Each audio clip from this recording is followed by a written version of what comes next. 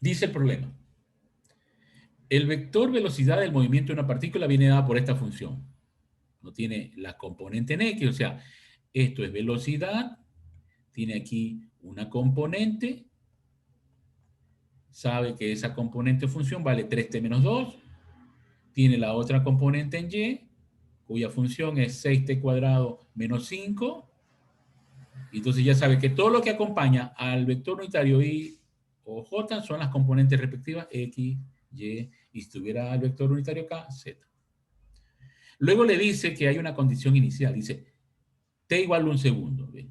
No dice t0, dice t igual a un segundo. Esta es el instante inicial y su posición inicial. Y asimismo, como posición inicial, tiene que el valor x sub i vale 3 y la posición y sub i vale menos 2. Le están dando esas condiciones. Y entonces aquí hay una serie de preguntas. Vamos con la primera. Determinar el vector de posición del móvil en cualquier instante. Entonces significa que yo, para encontrar el vector de posición, parto de la definición. Entonces usted en las pruebas tiene que escribir así, paso a paso. La velocidad es la derivada de r con respecto a t. Y de allí hace separación de variables, quedando entonces el producto de esta función, que es la velocidad, que la tiene, por t. Entonces usted pone la integral de r igual a esta cantidad, que no la voy a escribir, porque me canso escribiendo, que es esto. Ya, esto. Lo pone ahí. E integra, poniendo integral indefinida más una constante integración, o pone los límites. ¿Ya? Cuando son estas funciones que tiene x, y, z, lo recomendable no es hacer esto, sino que uno empieza por componentes. Eso es lo recomendable cuando uno está aprendiendo aquí a integrar, a derivar. Entonces usted va a decir, a ver, voy a manejar y voy a encontrar primero la componente X. Repito, esto de aquí es la velocidad total. Esto de aquí le va a dar el vector de posición total. Cuando hace esta operación de integración, da directamente el vector de posición por esta vía. Pero por esta vía que voy a explicar, dice, a ver, ok, la componente en X va a ser igual a la derivada de X. Ya, si voy a tratar por componente.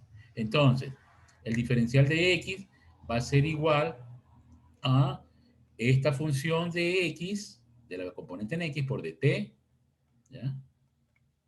Entonces, cuando yo integro esto, voy a tener la integral de dx para obtener X y no R, es igual a la velocidad en X, componente en X. Entonces escribo integral de 3, solamente escribo 3t menos 2.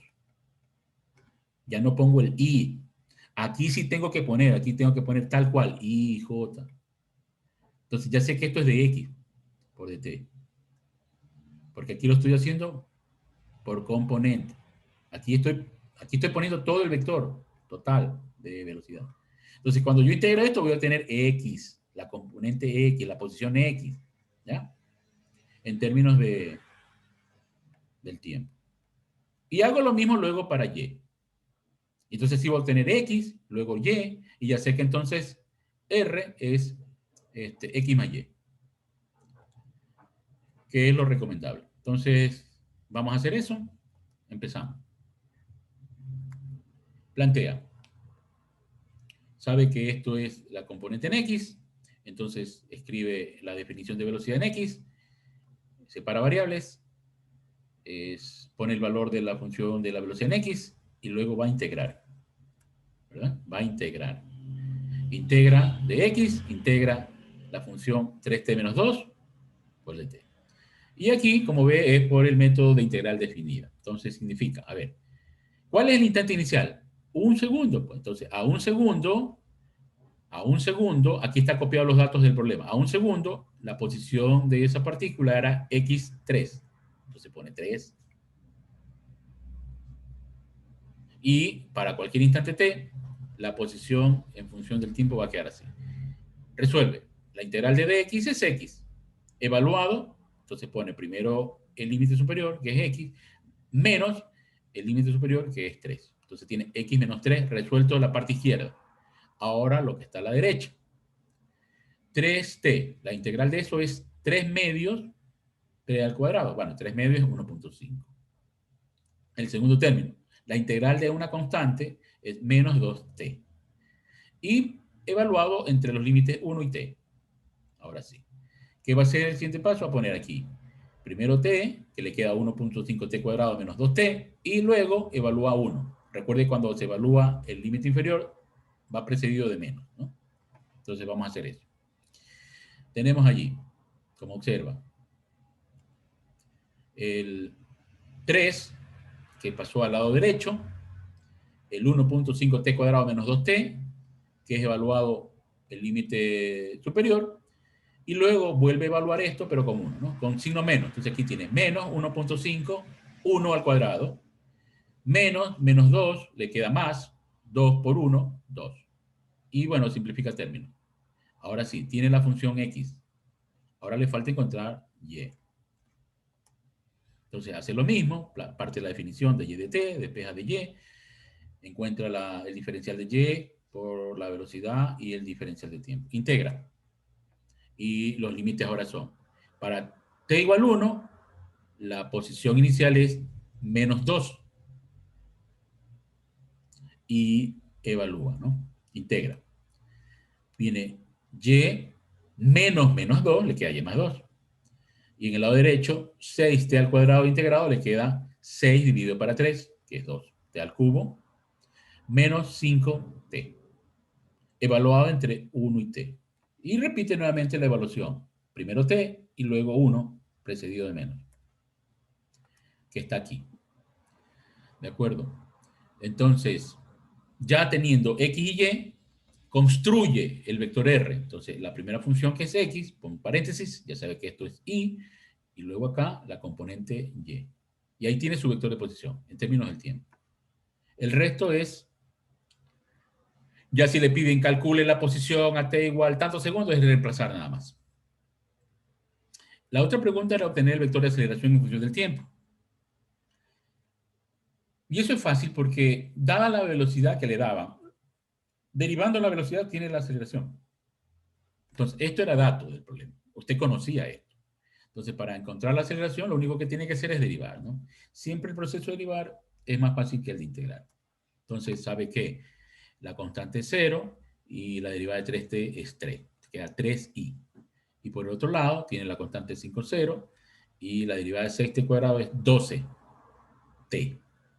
No se olvide de los vectores unitarios y j.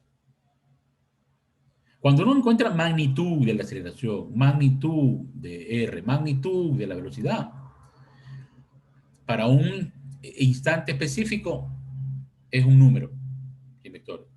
Si está en una función, bueno, aquí le va a quedar, por ejemplo, 3t menos 2 todo al cuadrado, más 6t al cuadrado menos 5 todo al cuadrado, todo eso en raíz cuadrada. Esa es la magnitud de la velocidad. Bueno, seguido de esto, nos piden que calculemos la aceleración tangencial y radial. Es decir, a ver, yo tengo un movimiento cualquiera. Entonces, aquí hay la velocidad en ese instante. Yo conozco la velocidad. Y también sé la aceleración. Estoy poniendo un caso cualquiera. Entonces, tengo el vector aceleración, tengo el vector velocidad. Pero para yo describir en la figura, esto de aquí tiene que ser evaluado en un instante particular. Vamos a decir, a 3 segundos. Entonces yo cojo aquí, reemplazo. Porque la aceleración es variable. O sea, en X no cambia la aceleración, vale 3 metros segundo cuadrado, pero en Y sí cambia. Depende del tiempo. Entonces tengo que ver a los 3 segundos cuánto vale. Entonces este vector graficado representa a los 3 segundos. ¿Ya? Porque a los 2 segundos es otro valor. Lo mismo con la velocidad. Está en función del tiempo. Entonces yo tengo que evaluar a los 3 segundos cuánto vale la velocidad. Ok, esta es la velocidad a los 3 segundos. Entonces ya tengo graficado la velocidad y la aceleración instantánea. Aquí pongo los valores instantáneos. Estos no son valores instantáneos, estas son familias de funciones porque depende de t. Para que un valor de t tenga un valor distinto. Lo que yo grafico aquí son valores instantáneos, a 1 segundo, a 2 segundos, a 3 segundos, ¿ok?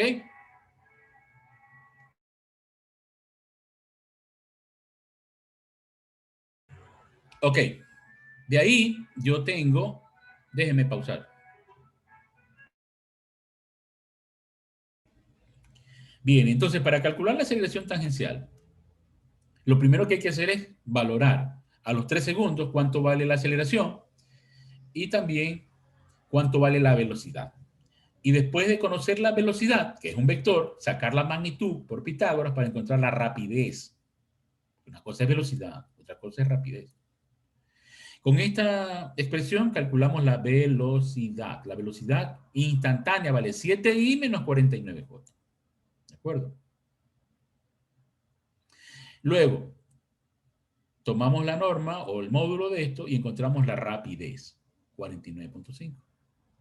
También hacemos lo mismo con la aceleración. Encontramos con esta función, evaluando a los 3 segundos, la aceleración instantánea, 3i más 36. Y luego, la magnitud de la aceleración total.